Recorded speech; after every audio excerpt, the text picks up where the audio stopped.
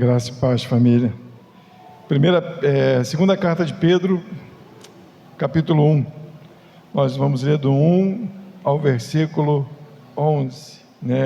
Pedro era considerado como um semi-analfabeto, um ignorante, um pescador bruto, mas quando a gente lê as cartas de Pedro, é de uma sabedoria e inteligência extraordinária. É claro, É revelação divina. Então, Deus faz coisas maravilhosas. E diz assim: Simão Pedro, servo e apóstolo de Jesus Cristo, aos que conosco alcançaram fé igualmente preciosa pela justiça do nosso Deus e Salvador Jesus Cristo, graça e paz vos sejam multiplicadas pelo conhecimento de Deus e de Jesus Cristo, nosso Senhor. Visto como o seu divino poder nos deu tudo o que diz a respeito à vida e piedade, pelo conhecimento daquele que nos chamou pela sua glória e virtude, pelas quais ele nos tem dado grandíssima e preciosas promessas, para que por elas fiqueis participantes da natureza divina, havendo escapado da corrupção que pela concupiscência há no mundo, e vós também, pondo nisto mesmo toda diligência, acrescentai à vossa fé a virtude, e à virtude o conhecimento, e ao conhecimento a temperança, e à temperança a paciência, e à paciência a piedade, e à piedade o amor fraternal, e ao amor fraternal o amor, porque se em vós houver abundar estas coisas, não vos deixarão ociosos nem estéreis no conhecimento do nosso Senhor Jesus Cristo. Pois aquele em que não há estas coisas é cego, nada vendo ao longe, havendo-se esquecido da purificação dos seus antigos pecados.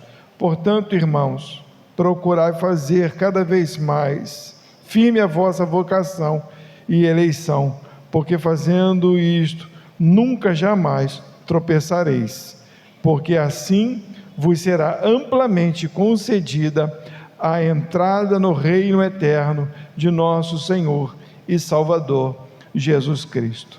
Paizinho, obrigado, ó Pai, pela Tua palavra. Aquece os nossos corações, ó Deus, com a Tua palavra. Ensina-nos o que o Senhor deseja aos nossos corações. Que nós possamos sair daqui, Pai, cheios da Tua verdade, entendidos, Pai, da Tua verdade, buscando verdadeiramente o que o Senhor tem para cada um de nós. Ensina-nos, Pai, e assim nós aprenderemos, porque se o Senhor não nos ensinar, não falar conosco, ficaremos, como diz aqui a Tua palavra, infrutíferos, sem dar frutos, ó Pai, nós estaremos estagnados.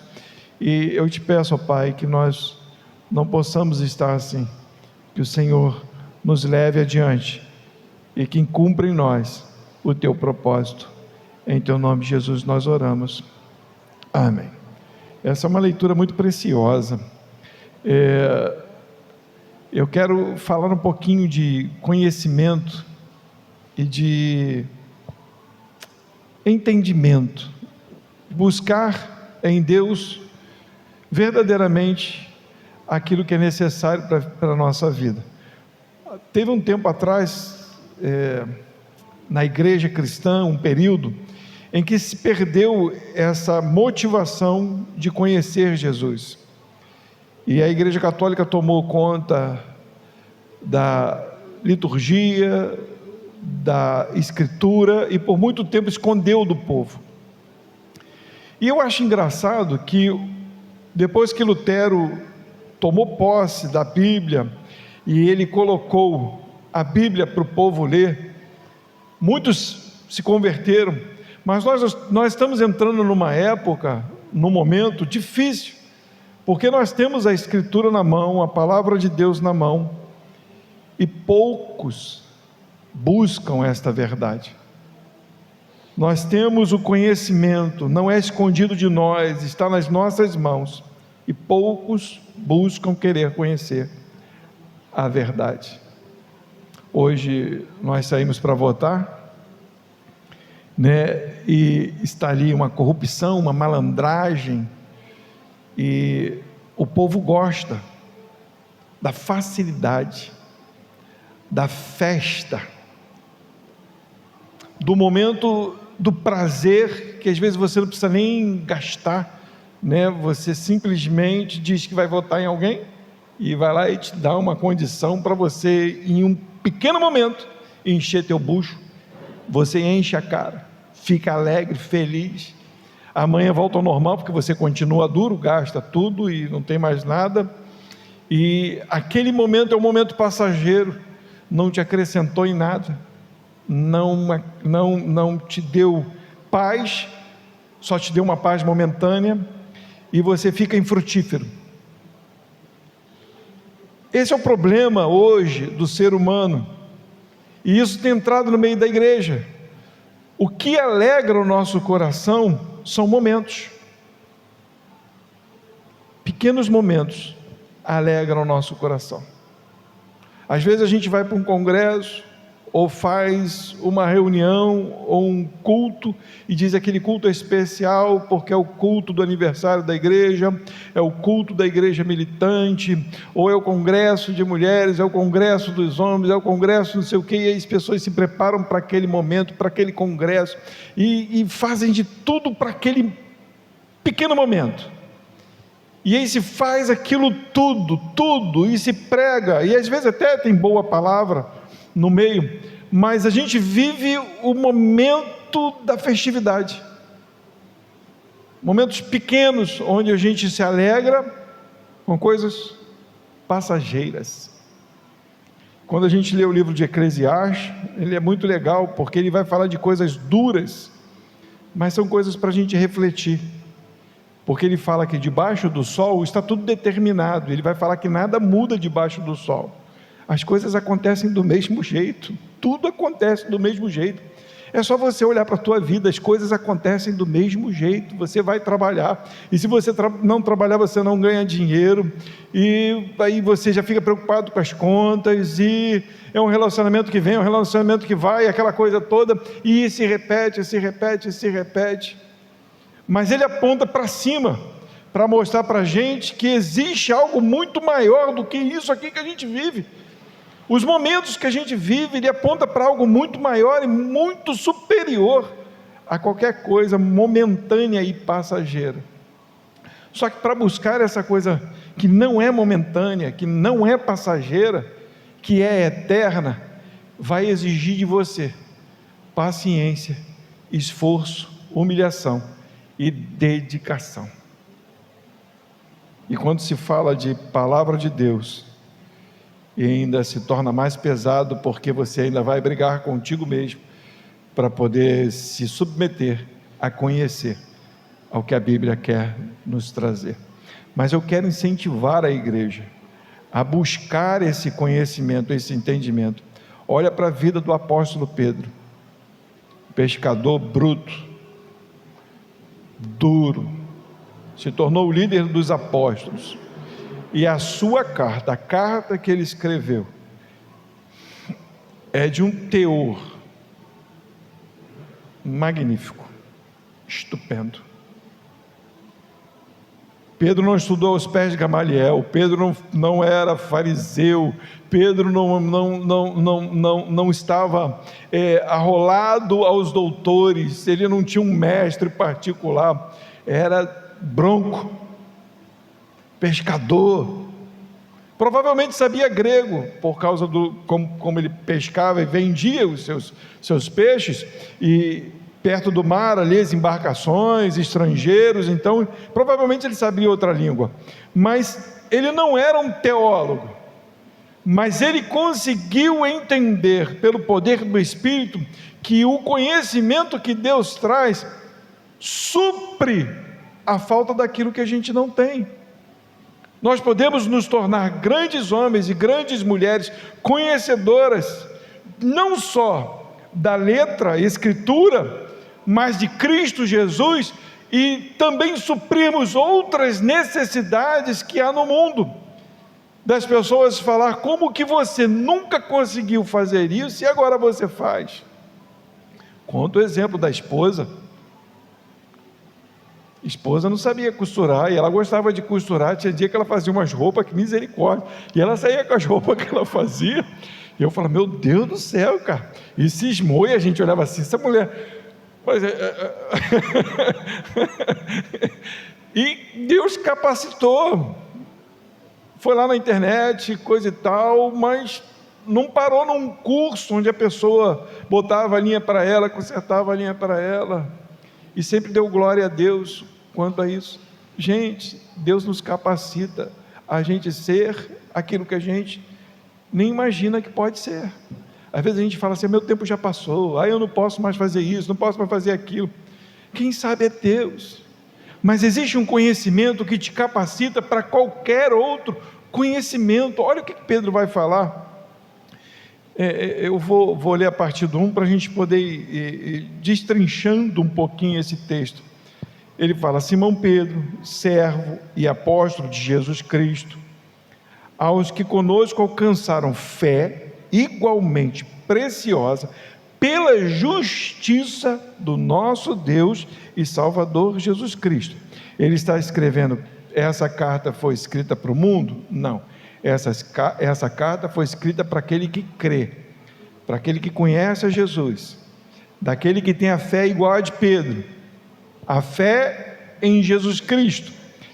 Graça e paz vos sejam multiplicados, graça e paz sejam multiplicadas pelo conhecimento de Deus e de nosso Senhor Jesus Cristo. Ele já começa a dizer para nós: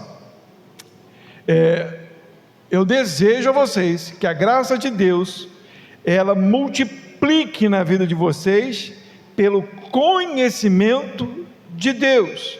Vocês vão ouvir falar sobre conhecimento de Deus em toda esta carta, mas ele vai especificar nesse começo, ele vai mostrar o que esse conhecimento faz. Ele vai dizer, visto, no versículo 3, visto como o seu divino poder nos deu tudo o que diz a respeito à vida e piedade, pelo conhecimento daquele que nos chamou pela sua glória e virtude. Ele está dizendo, meus irmãos, tudo a respeito da piedade, tudo foi concedido a vocês.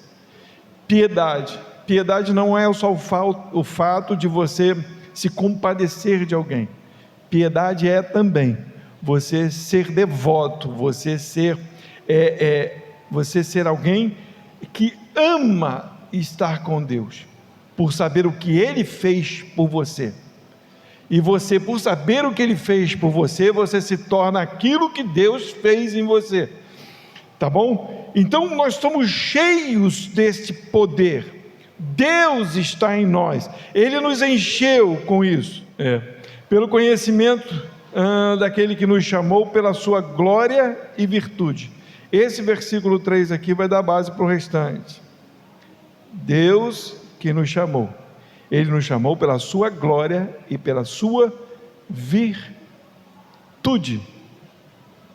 A gente consegue fixar esse texto, esse versículo no nosso coração, para a gente poder entender o restante. Aí ele vai falar assim, versículo 4, pelas quais o quê? Pela glória e virtude de Deus, esse Deus que nos chamou, que quer nos dar mais do seu conhecimento, pela sua glória e virtude, Ele nos tem dado grandíssimas e preciosas promessas, para que por elas fiqueis participantes da natureza divina, havendo escapado da corrupção que pela concupiscência há no mundo. Como que a gente participa da natureza divina? Vou fazer igual Jesus, eu vou levantar defunto, eu vou curar todo mundo, porque aí eu vou parecer realmente, com Deus. né? Porque eu estou participando dessa natureza. Mas não, participar da natureza divina é entender que nós fomos chamados por Ele e nós fomos tirados da corrupção do mundo. Já não somos mais lançados no inferno, já não há mais pecado em nós, e o que habita em nós agora é o seu Espírito, é o seu poder, é a sua graça. Então nós participamos da natureza divina, da natureza que nos leva ao céu. O ser divino está em nós. Para a gente conhecer a Deus, a gente precisa entender que o ser superior habita em nós. E a nossa vida já não pode mais ser como era antes. Nós precisamos cada dia mais buscar a essência divina que está em nós, do ser que nos chamou com as suas virtudes. A virtude de Deus habita em você, habita em mim, meu irmão. Se de fato você crê em Jesus, se de fato Jesus habita em você, as virtudes de Cristo estão em você. Tem noção do que é isso? Ele vai dizer no versículo 5: e vós também, pondo nisto mesmo toda a diligência, acrescentai à vossa fé a virtude, e a virtude o conhecimento. E vós também, pondo nisto mesmo toda a diligência. Ele está dizendo para mim e para você, se esmerem nisso. Se esmerem em buscar o conhecimento, se esmerem em buscar o crescimento, se esmerem em conhecer a Deus. Para quê? Para que a fé que nós temos, que é dada por Deus, crie em nós virtudes, não a minha virtude, mas a virtude de Deus. Se eu não consigo entender isso, eu não busco isso, e cada dia mais eu busco menos a verdade que há em Deus, crescer na fé e na virtude de Cristo. Então nós precisamos entender que o que falta em nós é buscarmos diligentemente, buscarmos com vontade, com entendimento, para que acrescente Deus em nós fé. E quando a fé é acrescentada em nós, Ele vai dizer que a virtude também vem. Quanto mais você crê em Deus, quanto mais você busca a Deus, quanto mais você ama a Deus, mais você começa a viver a vida dEle, a vida divina dEle, não é mais a sua vida. Quantas vezes nós falamos isso aqui? Acho que a gente fala um montão de vezes, e eu sei que a gente tem vivido uma época muito difícil, muito difícil, onde ouvir a palavra de Deus tem se tornado difícil, porque se a palavra que é pregada, se a palavra que é lida, ela não traz algum tipo de benefício natural para mim, eu começo a não querer ouvir, a rejeitar. É natural. Por que as pessoas estão hoje na rua enchendo a cara?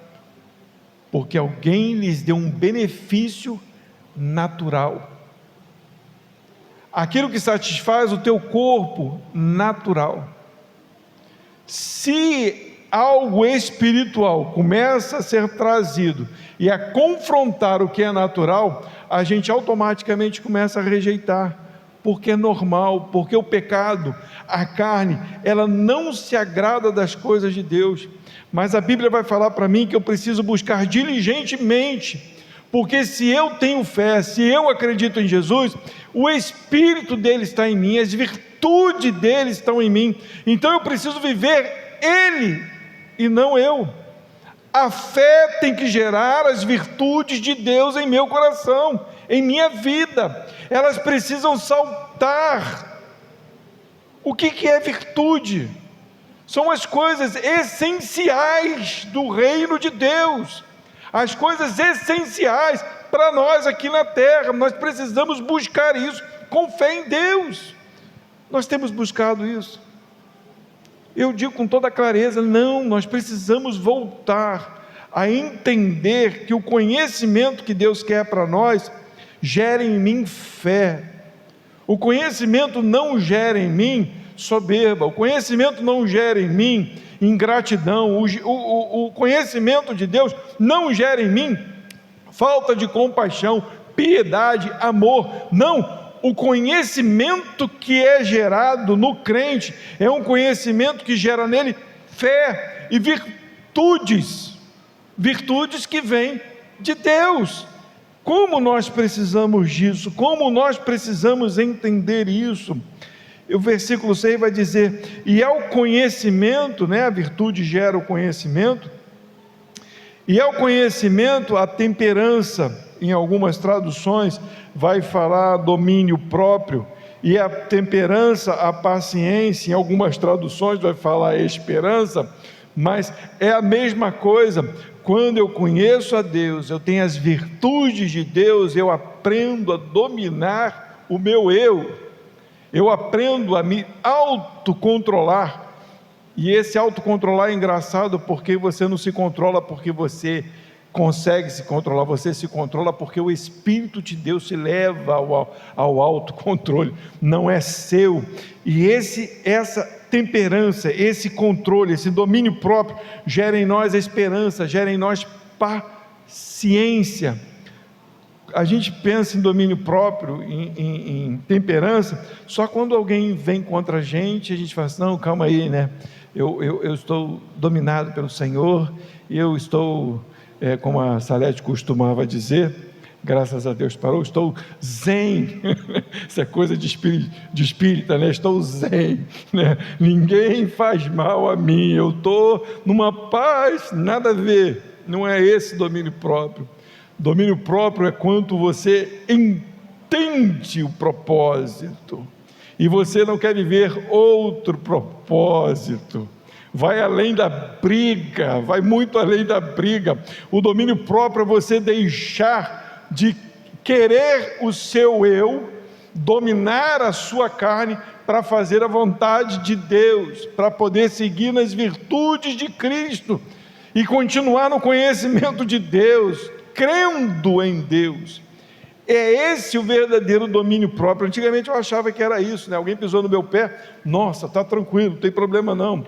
Você está jogando bola, alguém de maldade vai lá te dar um carrinho, você, não, está tudo bem, está tudo dominado, domínio próprio. Não, vai além disso, vai além de você se guardar de uma briga, vai se guardar de você a não fazer a sua vontade. Esse é o verdadeiro domínio próprio. Pode ser numa briga, pode ser numa discussão, mas pode ser também que Deus tenha te enviado para um lugar e você não quer ir, você quer fazer outra coisa. Deus tem te dito não faça esse pecado, e você não se domina, e você faz a si mesmo. Isso é dominar, isso é um domínio que Deus te dá, para que você não viva mais você, mas viva Deus. Isso é fé, isso é conhecimento. Quanto mais a gente se aproxima de Deus, mais conhecimento de Deus nós temos, mais fé em Deus nós temos.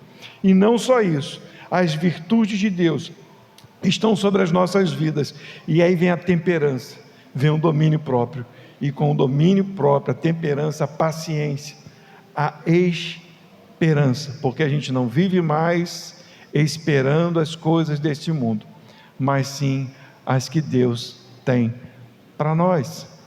Como eu fiquei feliz quando me ligaram e me falaram, você vai ser vovô, e a gente cria toda uma expectativa. Eu comprei até o presente, eu não ia nem falar, guardei, tá lá. E a gente cria toda uma expectativa, mas ao mesmo tempo que a gente cria expectativa, aquele que está em Deus, ele sabe que tudo é de Deus, e que o que Deus traz é muito superior ao que eu quero, ao que eu penso, vai muito além, é muito supremo, é muito superior, e aí você descansa em Deus, não para viver um momento, mas para viver uma eternidade. Eu sei que eu não vou poder ser chamado de vovô no céu, porque vai ser o meu irmão, mas vai estar lá, Algumas pessoas dizem, era só um zigotozinho. Gente, era uma alma, e Deus recolheu para ele. Deus só fez vir para ele. Isso é eterno, é muito além do que eu imaginar o que ele poderia ser aqui no mundo. Ele foi poupado de pecados, ele foi poupado de lutas. Tem noção disso? Isso é eterno, e eu só posso ter essa gratidão no coração se eu conheço o meu Senhor. Se eu não conheço o meu Senhor, eu fico sempre questionando: por quê, mas comigo por quê? E nem é comigo, né? E é comigo, né? Mas é o entendimento dessa coisa que é tão soberana. Como nós precisamos sentar longe dos holofotes, como nós precisamos sentar longe das pessoas, como nós precisamos sentar um dia fora do púlpito, fora do culto, fora das cadeiras da igreja, fora dos congressos, fora das ideias humanas, e parar com Deus e buscar o conhecimento em Deus. Eu já disse para os irmãos e volto a repetir, esse momento era um momento crítico, um momento terrível naquela época, onde a perseguição era na espada. Não era essa perseguiçãozinha de blasfemar contra você, de debochar contra os crentes. Não, era no fim da espada. Os cristãos foram caluniados, como se eles tivessem posto fogo em Roma. Eles foram condenados à morte em lugares terríveis. Acenderam as ruas de Roma, os postes de iluminação eram os cristãos.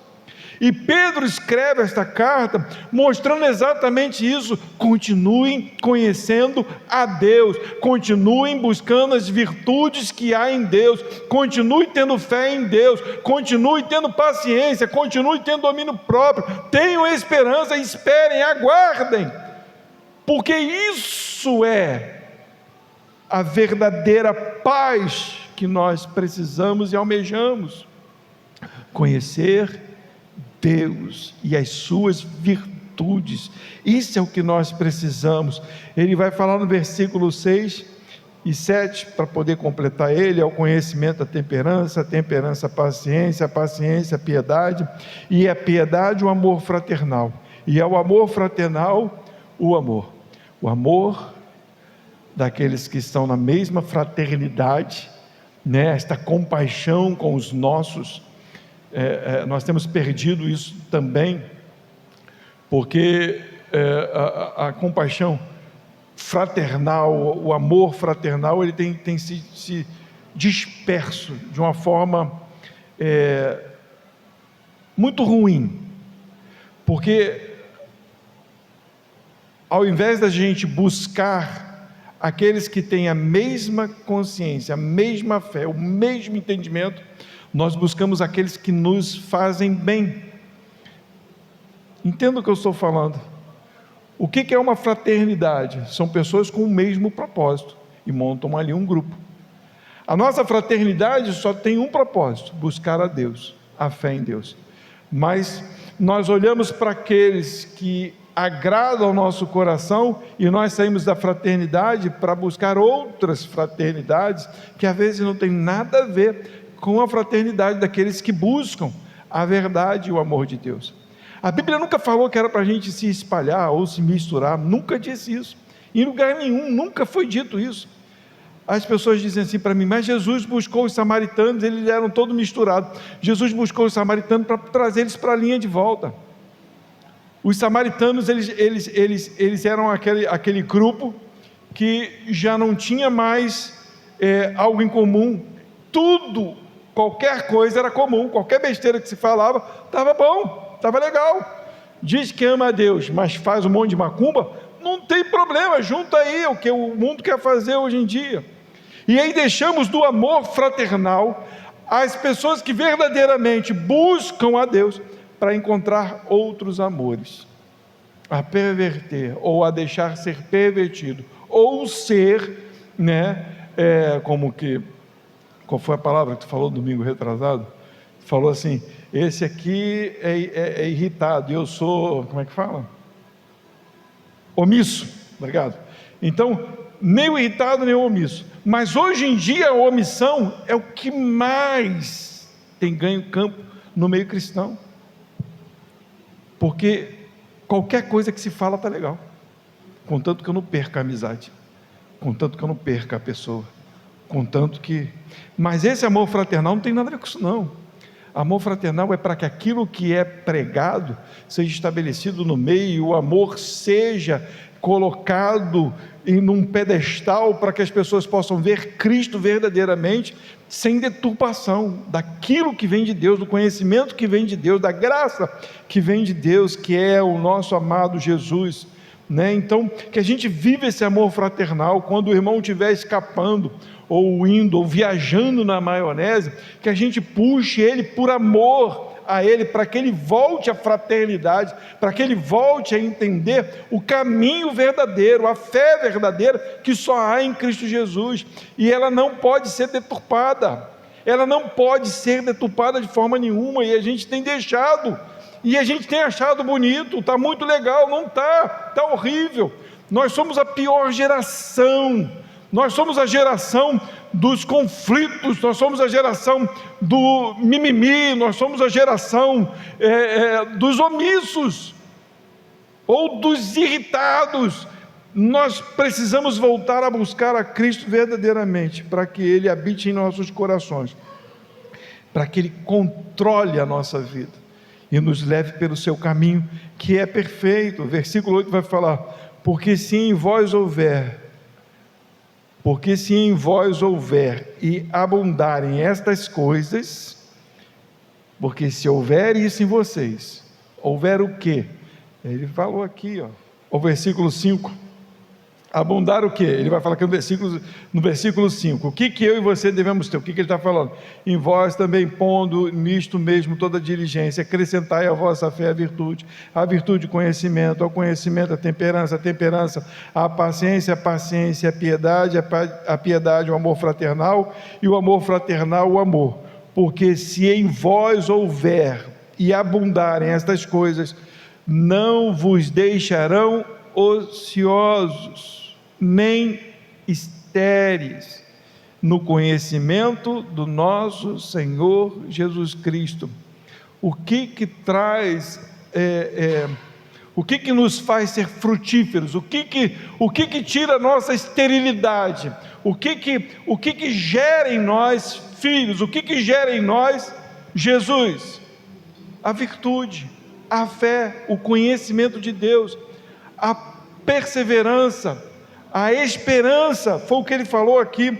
Se nós temos isso, se nós buscamos a isso, nós não ficamos ociosos, nós não ficamos estéreis, nós ficamos frutíferos.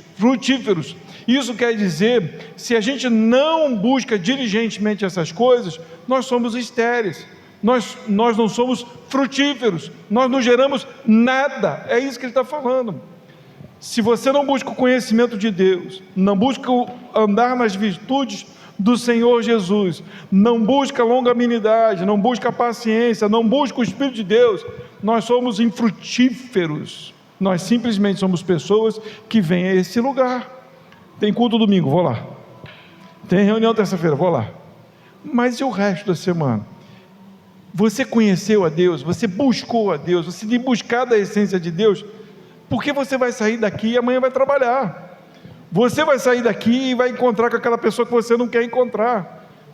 Você vai sair daqui e vai acontecer coisas que a gente não sabe. Acho que foi ontem, ou anteontem, sei lá. As meninas ligaram de madrugada, a gente estava roncando, nem ligaram para a gente. Podiam ter ligado no telefone para a gente poder ir lá correndo, para a Paulinha depois falar, que tinha um cara andando lá no quintal delas lá. Como é que pode?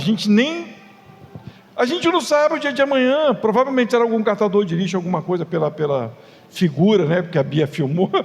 Mas a gente não sabe o que vai acontecer amanhã. E se a gente viver simplesmente os momentos e não esse conhecimento de Deus, nós somos infrutíferos. A gente vai ficar triste, vai ficar feliz e vai ficar tudo por isso mesmo, e nada vai acontecer.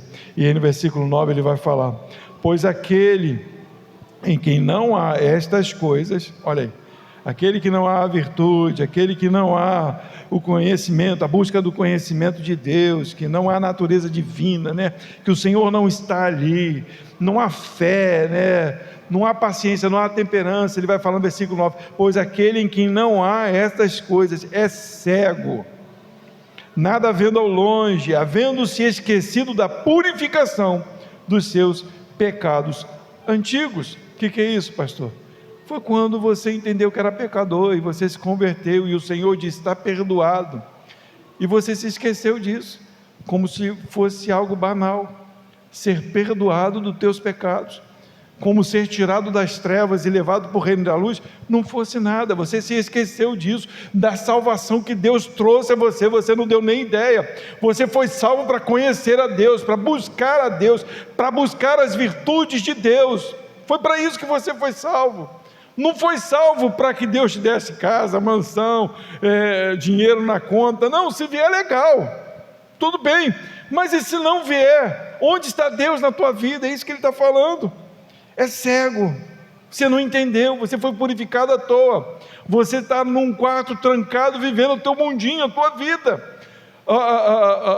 as ideias de uma internet, de um Facebook, estou falando que ninguém pode ver ou não, eu estou falando que a gente vive um mundo fechado, e não entende para que nós fomos salvos. Fomos tirados para conhecer a Deus, para levar o nome de Deus, nas virtudes e no poder dEle. É isso que a Bíblia vai dizer, e é isso que ela diz. Portanto, irmãos, versículo 10, procurai fazer cada vez mais firme a vossa vocação e eleição, porque fazendo isto, nunca jamais tropeçareis. Entendam isso, porque assim vos será amplamente concedida a entrada no reino eterno do nosso Senhor e Salvador Jesus Cristo. O que testifica, o que valida, o que mostra quem somos verdadeiramente? A nossa busca, o nosso entendimento de que verdadeiramente nós fomos eleitos e que foi para isso que nós fomos salvos, para pregoar, para falar, para anunciar, para viver no poder de Deus. Porque se a gente não faz isso, revela simplesmente uma coisa: ou nós estamos estagnados e Deus ainda não nos avivou, ou de verdade a gente não conheceu a Deus. E quando a gente entende isso, mostra, carimba, é declarado verdadeiramente, e com amplitude a gente entende que somos do reino de Deus. É o que ele fala no versículo 11: porque assim vos será amplamente concedida a entrada no reino eterno de nosso Senhor e Salvador Jesus Cristo. Aquele que busca essas coisas, busca o conhecimento de Deus, busca as virtudes em Deus, esse é como se ele estivesse falando: não tem dúvida, ele está vivendo o reino de Deus. Ele tem entrada aberta, os portais estão abertos para que ele possa passar e entrar, porque ele não vive mais a sua vida, mas vive a vida de Deus. Esse é o entendimento que nós precisamos ter. Todo conhecimento é pautado nisso. Quer ser alguma coisa, quer conhecer alguma coisa, quer fazer algo que nunca fez, primeiro, busca Deus. Busca Deus na sua essência. Você não precisa ter estudado 500 anos, mas quem sabe se Deus não te leva a estudar alguma coisa por algum período para que você se torne algo diferente. Mas se você se tornar alguém diferente, que nunca saia do teu coração o entendimento que tudo é dado por Deus, e eu preciso andar nas virtudes de Deus, porque os homens mais sábios do mundo morreram pelo Evangelho de Cristo, sem estar numa faculdade, falando de matemática, falando de física, falando de biologia, falaram simplesmente do amor de Deus, e as suas letras, a letra de Deus, pelas mãos deles, estão escritas aqui, e são coisas que a gente às vezes fica bobo só de ler, e conhecer aquilo que foi deixado. Hoje a ciência, quando pesquisa alguma coisa, quando vai ver, já estava escrito. Qual foi a faculdade que esses homens fizeram para conhecer tanta coisa? Nada, andaram nas virtudes de Deus, no conhecimento de Deus. Nós precisamos buscar isso. Pastor, quer que todo mundo seja doutor, igual a Lula? Não estou falando isso. Eu estou falando que aquilo que você precisa é a essência de Deus na tua vida. Busque conhecer a Deus, busque muito mais do que momentos, do que frases, do que ideias. Busque conhecer a Deus na sua essência, e todas as outras coisas vão ser abertas na tua mente.